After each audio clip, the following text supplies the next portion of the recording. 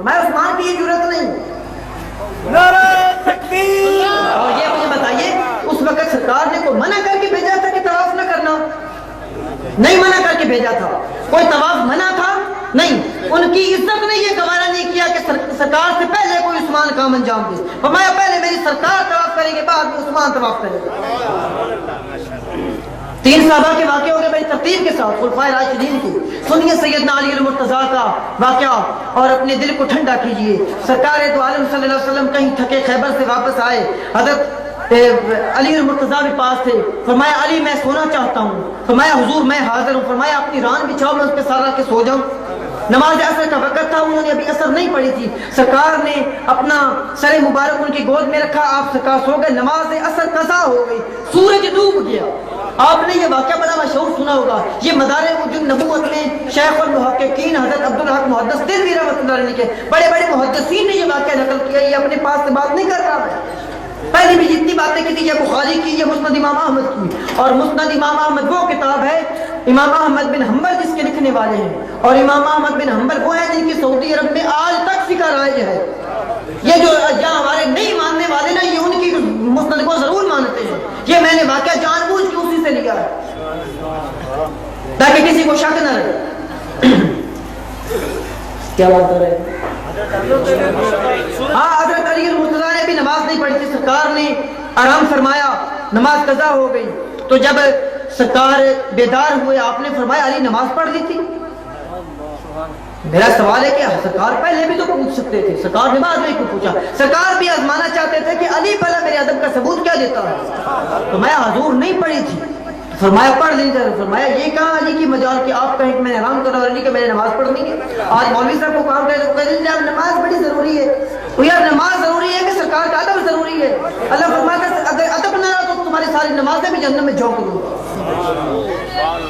سرکار نے دعا فرمائی, اللہم یا رب علی فی طاعت کا و طاعت رسول کا. علی تیری اور تیرے رسول کی اطاعت میں تھا, تمہیں واپس پھیر دے. سرکار نے یہ نہیں فرمایا کہ علی تم نے بڑا برا کیا, تم نے اس وقت مجھے بتانا تھا کہ یار میں نماز پڑھ لی تو میں نماز پڑھ لی, تمہیں اجازت دے دیتا. فرمایا نہیں. اب جب وہ علی تیرے اور الفاظ کیا ہے یا رب علی ان فی طاعت کا و طاعت رسول کا, حالانکہ تھا تو طاعت رسول میں, طاعت اللہ میں تو نہیں تھا. تو سرکار نے فرمایا علی جو ہے یہ تیرے رسول اور اللہ کی اطاعت میں تھا, تیری اطاعت میں تھا. اس کا مطلب پتہ چلا کہ ذاتیں بے شک دو ہیں, اطاعت بھی ایک ہے. اطاعت بھی ایک ہے. اگلی بات سنیں گے. اسی دوران فتح مکہ کا جب یہ رولا حضرت عثمان ادھر کہہ دی تھے سوری ان سے بات چیت کر رہے تھے, ادھر مشہور ہو گیا تھا. ادھر یہ معاہدہ آ گیا کہ معاہدے پہ جناب لکھ دیں, یہ معاہدہ پاس ہو گیا. جب معاہدہ پاس ہو گیا سرکار نے لکھ دیا کہ من جانب محمد رسول اللہ. جب ان بدبختوں کے پاس گیا تو انہوں نے کہا لڑائی کس بات کی ہے؟ لڑائی تو اسی بات کی ہے کہ ہم آپ کو محمد رسول اللہ تو مانتے ہی نہیں ہیں. اگر ہم آپ کو رسول مانتے تو پھر لڑائی کس کی تھی؟ آپ اس پہ لکھیے محمد بن عبداللہ کی طرف سے, ہم پھر مانیں گے. واپس آیا کیونکہ معاہدہ حضرت علی نے لکھا تھا. سرکار نے فرمایا علی رسول اللہ مٹا دو اور وہاں پہ محمد بن عبداللہ لکھ دو. سرکار حضرت علی فرماتے ہیں یا رسول اللہ قسم ہے اس ذات کی جس کے قبضے میں میری جان ہے, علی خود تو مٹ سکتا ہے, کبھی رسول اللہ کا لفظ نہیں مٹائے گا. تکبیر. یہ کیا بات ہے یار؟ رسول اللہ حکم دے, علی کہتے ہیں نہیں یا رسول اللہ, علی خود مٹ سکتا ہے, یہ کائنات مٹ سکتی ہے لیکن رسول اللہ کا لفظ نہیں مٹائے گا. کیوں جناب؟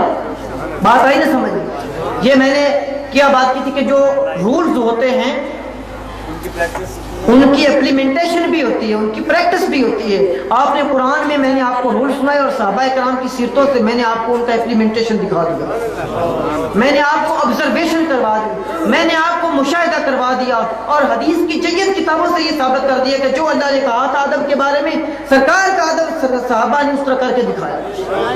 سبحان اللہ. اب بات اگلی شروع کرتے ہیں کہ جو رسول اللہ کو اذیت پہ بات روکی تھی نا, کہ اگر رسول اللہ کو اذیت ہو تو پھر قرآن کیا کہتا ہے؟ پھر قرآن فرماتا ہے ان الذین یؤذون اللہ ورسولہ, کہ جو لوگ اللہ اور اس کے رسول کو اذیت دیتے ہیں. بھائی اللہ کو اذیت کس طرح کوئی دے سکتا ہے؟ اللہ کا کوئی جسم ہی نہیں ہے, اللہ کا تو کوئی جسم ہی نہیں ہے. اللہ کو ہوئی؟ فرمایا اگر رسول کو اذیت ہوئی تو پھر سمجھ لو کہ اللہ کو اذیت ہوئی اس بات میں. اور پھر اس کی سزا کیا ہے؟ لعنہم اللہ فی الدنیا والآخرہ، لعنت ہوگی ان پہ دنیا میں بھی اور آخرت میں بھی. وعد اللہ لہم عذابا علیما، اور اللہ نے ان کے لیے عذاب علیم تیار کر رکھا ہے. عذاب علیم ان کے لیے لوگوں کے لیے تیار کر رکھا تھا جنہوں نے کیا کیا تھا؟ رسول کو اذیت دی تھی، رسول کو تکلیف دی تھی. اذیت اور اگر تکلیف رسول کو ہو تو کیا قرآن بیان کرتا ہے؟ اگر اذیت اور تکلیف کسی اور کو ہو جائے تو پھر قرآن کیا بیان کرتا ہے؟ اگلی ہی سے آتی ہے، سورہ احزاب کی آیات ہے. والذین یؤذون المؤمنین والمؤمنات، جو لوگ مومنین عورتوں کو اور مومنین مردوں کو اذیت دیتے ہیں بغیر مقتصب، بلا وجہ، یعنی ان کا قصور نہیں، بلا قصور ان کو اذیت دیتے ہیں، فقد احتملوا بہتانا و اسما مبینا، تو انہوں نے بہت بڑا بہتان بھی لگایا اور بہت بڑا گناہ بھی کیا. آپ کی توجہ نہیں ہے اور یہ توجہ بڑا خاص نقطہ ہے، میں اس پہ اپنی بات پھر ختم کر دوں گا. اذیت مومنین کو ہوئی تو قرآن نے فرمایا انہوں نے بہت برا کیا، چونکہ انہوں نے بغیر قصور کے مومنوں کو اذیت کی اور بہت بڑا گناہ کیا.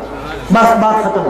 لیکن جب اذیت رسول کی بات ہوئی تو فرمایا لعنہم اللہ فی الدنیا والآخرہ، لعنت ہے ان لوگوں پر دنیا اور آخرت میں. وعد اللہ لہم عذابا علیما، اور ان کے لیے عذاب علیم ہے. اذیت ایک ہے مومنین کو بھی رسول کو بھی، لیکن رسول کی اذیت ہو تو لعنت بھی ہے دنیا میں بھی آخرت میں بھی اور عذاب علیم بھی ہے، اور اگر مومنوں کو اذیت ہو تو صرف گناہ ہے. یعنی اللہ نے یہ ثابت کر دیا کہ جو رسول کا پلڑا ہے وہ میرا پلڑا ہے، اور جو باقی دنیا کا پلڑا ہے وہ ساری دنیا کا پلڑا ہے.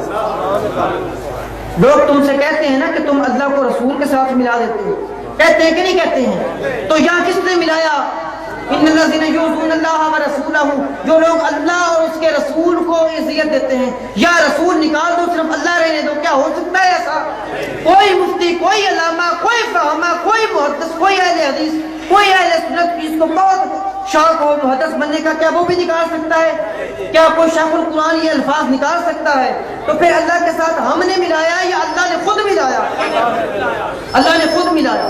اللہ نے خود ملایا. محبوب تیرا معاملہ اور ہے، جو تیرا معاملہ ہے نا وہ میرا معاملہ ہے، اور جو دوسرے لوگوں کا معاملہ ہے نا وہ تو دوسرے لوگوں کا معاملہ ہے. بے شک نہیں ان کے لیے گناہ ہے کیونکہ انہوں نے تنگ کیا، انہوں نے اذیت دی تھی. لیکن اگر تیری کوئی اذیت دے دے، تیرا کوئی سبب بنے تکلیف کا، تو پھر اس پہ لعنت ہے، نہ صرف دنیا میں بلکہ آخرت میں. وما علینا الا البلاغ المبین، تیری نسبت ہی تو ہے جس کی بدولت ہم لوگ کفر کے دور میں ایمان بچا. آپ بھاگ نکلے ہیں ابھی سے، میں نے بھی بات کرنا تھی آپ سے. خیر وہ جائیں لوگ، آپ میری بات سنیں. جو انتظامیہ ہے، جو آلو کی جھوک والے ہیں، ابھی بات تو میری ختم ہوئی نہیں، لوگ ایسے ہی اٹھ کے جانے شروع ہو گئے ہیں. اپنی میں نے وہ ایک موضوع پیک کیا تھا، ایک موضوع بند کیا تھا. ہم یہ تبلیغ کا مشن لے کر آتے ہیں. ادارہ صوت ہادی کا جو تبلیغی مشن ہے وہ یہی ہے، اللہ اور اس کے رسول کی بات کرنا اور لوگوں کو سیدھے راستے کی ہدایت کی طرف بلانا.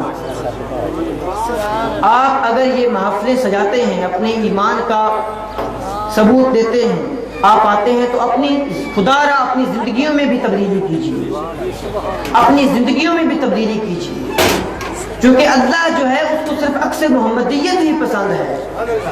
اگر مومن میں عکس محمدیت آیا تو اللہ کو وہ بھی پسند آ جائے گا. تو ایسے لوگ بن جاؤ جو اللہ کو پسند ہیں. جھوٹ چھوڑ دو، اگر رسول اللہ کے ساتھ اتنی ہی محبت ہے تو جھوٹ چھوڑ دو. غیبت چھوڑ دو، اپنے بھائیوں کے ساتھ گلا اور ان کی غیبت نہ کیا کرو. اپنے چہروں کو مبارک کر لو، سرکار نبی علیہ الصلوۃ والسلام کی سنت کے ساتھ سجا لو. جو ننگے سر گھومنے پھرنے کی عادت پڑ گئی ہے اس عادت کو ختم کر دو، اپنے سروں کو ڈھانپ دو. بروز قیامت اگر سرکار نے پوچھ لیا تو پھر کیا جواب دو گے؟ وہ کہہ رہا تھا، کون یہاں پڑھ رہا تھا؟ پٹے گن غلامی جسائیاں دے ہون، آگے بچھڑے نہ کوئی کدی بھی نہ رومن. یہ حدیث رسول ہے، یہ حدیث رسول ہے. لوگ سمجھتے ہیں کہ یہ ایسے پٹے پٹے آ گئے ہیں. سرکار نے فرمایا میری امت پہچانی جائے گی قیامت کے دن. میں پوچھتا ہوں کیا پہچان ہوگی؟ سرکار نے فرمایا کیا پہچان ہوگی یا رسول اللہ؟ فرمایا ان کے چہرے روشن ہوں گے. پٹے والی بات آ گئی نا کہ تبدیل کر